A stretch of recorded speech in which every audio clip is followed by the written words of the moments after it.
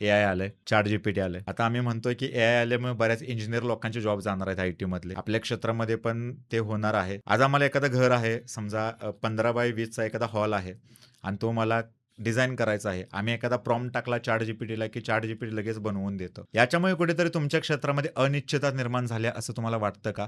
आणि याचा धोका कितपत आहे असं तुम्हाला वाटतं? नाही, अगदीच ह्या गोष्टी आलेल्या आहेत.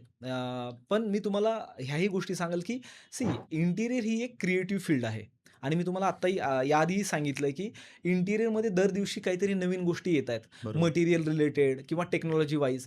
तर तुम्हाला मी इथे सांगू इच्छितो, की एआय हा इंटिरियरचा एक चांगला अविभाज्य घटक होणारच आहे. पण याचा वापर तुमच्या साइट्स खूप चांगल्या पद्धतीनं मॅनेज करण्यासाठी होऊ शकतो. जो टाईम फ्रेम आपल्याला लागतो, म्हणजे एखादा क्लायंट माझ्याकडे येतो, तर तो क्लायंट काय म्हणतो, समजा जोही इंटिरियर डिझायनर झालेला एक मुलगा आहे. त्याच्याकडे एक क्लायंट जर आला, तर तो उद्या काय म्हणतो, की माझं हे असं 2 बीएचके किंवा 3 बीएचकेचं घर आहे आणि हं. हे मला तुम्ही डिझाइन करून द्या.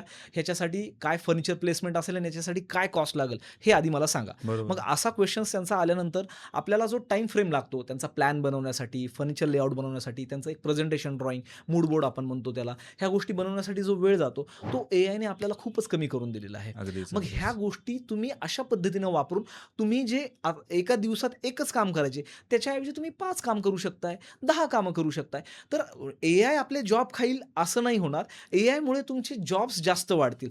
एआयमुळे तुम्ही जास्त प्रोजेक्ट्स करू शकता. तर येस. अशा पॉइंट ऑफ व्ह्यूनं जर तुम्ही विचार केला आणि अशा पॉइंट ऑफ व्ह्यूनं तुम्ही जर ह्या गोष्टी शिकलात, तर नक्कीच याचा तुम्हाला बेनिफिट होणार आहे.